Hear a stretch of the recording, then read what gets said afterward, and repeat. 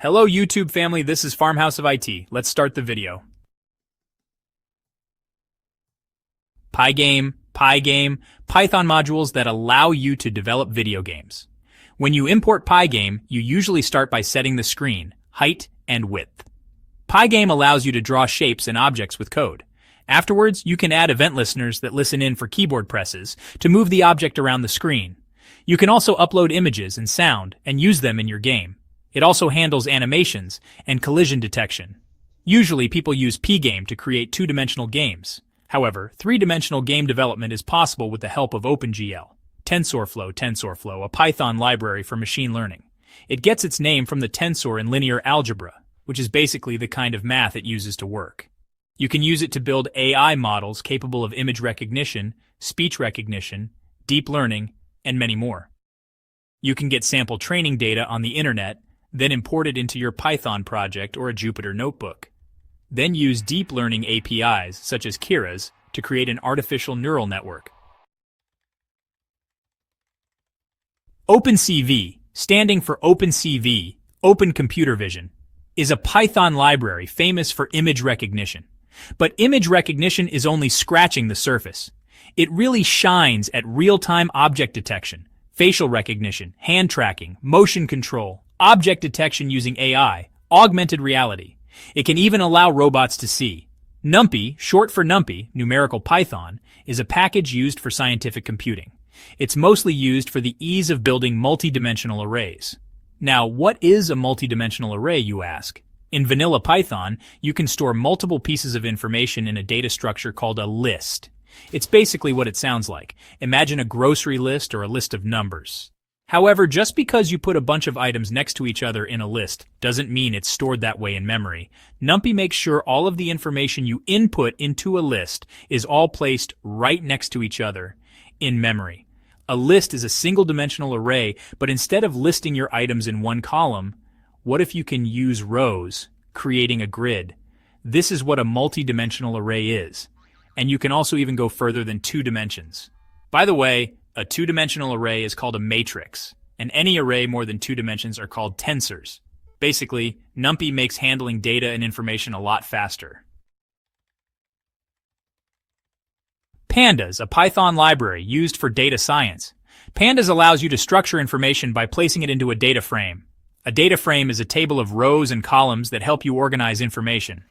A table is a 2-dimensional data frame, while a column is a 1-dimensional data frame. You can also import and export data. You can also create CSV or TXT files. Basically, anything about working with data, Pandas is good at. Pandas is also built on top of NumPy. Kivy, a Python framework for developing mobile apps or any other touchscreen interface. Kivy allows you to create natural user interfaces. Unlike graphical user interfaces, natural user interfaces, or NUI, make use of voice commands, touch gestures, eyes, face, basically anything that doesn't require you pushing a button or clicking. It makes use of widgets such as labels, images, and inputs. Beautiful Soup, a Python module for web scraping, allows you to pull HTML elements from a website. You can even filter for what type of HTML element to extract. You can pull links, divs, you name it. Mechanical Soup, a Python module also for web scraping, is more suited for databases, but it can also scrape HTML elements as well. Selenium, this is also a Python web scraper, but unlike Beautiful Soup, which only scrapes HTML and XML, Selenium can scrape much more of the UI.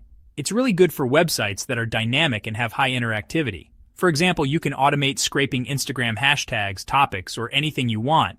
How about Scrapy, a full Python web scraping framework? It's a framework used for building web spiders and bots. Scrapy is best for large-scale web scraping. Not only can it scrape websites, it can also process that data, whereas Beautiful Soup only scrapes HTML and Selenium automates and interacts with dynamic websites. SQLite allows you to create a serverless database using SQL in your Python project. You can establish a database connection, then a cursor, and then you can insert your SQL code as normal. You can create rows and tables, delete, update, and read information, and it will even create a database file. Pillow, a Python package for image processing and manipulation, is a fork of the Python imaging library, or PIL for short.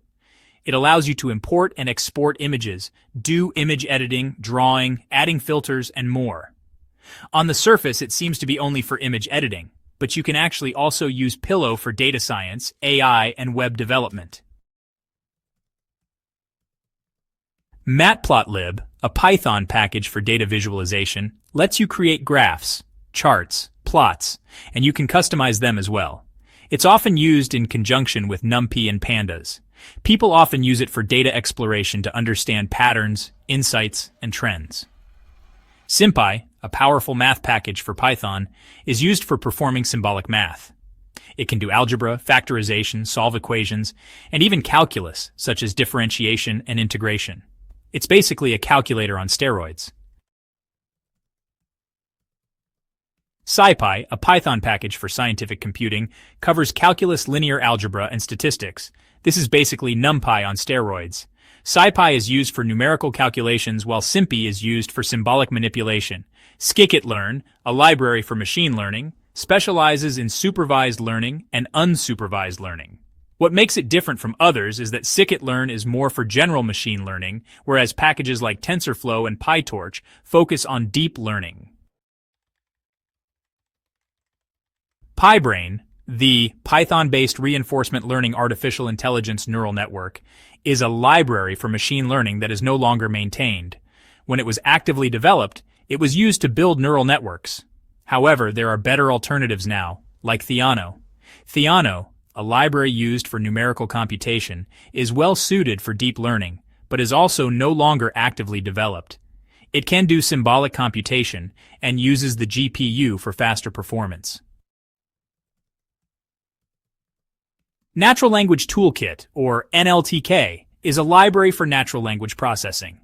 It allows you to take training data of a massive amount of words, called the corpus, and perform tokenization. Tokenization is a way of splitting up the words to decide how you'll train the neural network. It also lets you implement algorithms such as the NRS algorithm, which uses preceding words to decide which word comes next. Natural language processing isn't just for chatbots like GPT.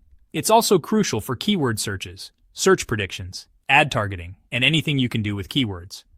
Pickle, a Python module for serialization, is a way of converting Python objects such as lists, dictionaries, or classes into byte streams, or a string of ones and zeros that the computer can read. It allows you to send or store that information to be reconverted back. Think of serialization like this. Imagine you have a really cool Lego creation, like a spaceship. It's put together by a lot of different Lego bricks in a specific way. Serialization is like taking a picture of your spaceship from every angle, writing down exactly how many bricks you used, and creating a blueprint on how they all fit together. Then you put all that information into a box. You're essentially serializing your spaceship. If you send it off to someone else to build again, they can reconstruct the spaceship by looking at the instructions. This is deserialization. Piglet, a library for creating games, gives Python programs the ability to display graphics, play sound, and handle user input. You can use it to make cross-platform games, and it's built on top of a powerful graphics library called OpenGL. Spacy, a Python library for advanced natural language processing, is commonly used for creating chatbots analyzing text, to detect trends, extracting information, and also language translation. Spacy is a library that helps computers understand and process human language. It can break down text into individual units called tokens. It can also identify nouns, verbs, and adjectives. Spacy uses state-of-the-art algorithms to achieve high accuracy. Bokeh, a library that lets you take any data structure at all, such as a CSV or a JSON file, or any other hard-coded data, whether it's from a file or a database, and create a data visualization out of it. So you basically can create charts, scatter plots, line graphs, and bar charts. It's used a lot for stocks. Plotly is a Python library used for creating interactive and visually appealing graphs and charts. You can perform web-based visualization, and the charts are highly customizable. It's commonly used in data science, financial analysis, engineering, and business. Esclalcemy is a very powerful and user-friendly library that lets you create relational databases. It allows you to work with databases and tables using Python rather than writing raw SQL, although you can write in regular SQL if you want. Its main selling point is its wide database support, such as PostgreSQL, MySQL, SQLite, Oracle, and Microsoft SQL Server. Fast API lets you create APIs using the Python language. API stands for Application Programming Interface, and it basically allows two different programs to trade information and communicate with each other. Have you ever been prompted to log in with your Google account? Yeah, that's an API. Django is a Python framework for creating websites. It lets you make web pages called views, create and manage databases called models, and implement logic to handle it all, called the controller. You can embed Python right into HTML documents, making your website much more dynamic. Django also comes with an admin panel, so you have everything you need to build a website from start to finish. Flask is another Python framework for building websites. Although, unlike Django, it's more suited for small-scale projects. Creating bigger projects is possible with Flask, but has a steeper learning curve. PyWin32 is a library that provides access to the Win32 API on Windows. It basically lets your Python programs interact with the Windows operating system at a lower level. This includes working with the file system and directories, accessing and modifying the Windows registry, managing threads, controlling UI elements, automating tasks on Windows, and so much more. Py2x allows you to convert your Python scripts into executable Windows programs, basically allowing them to be run on a Windows computer without installing Python.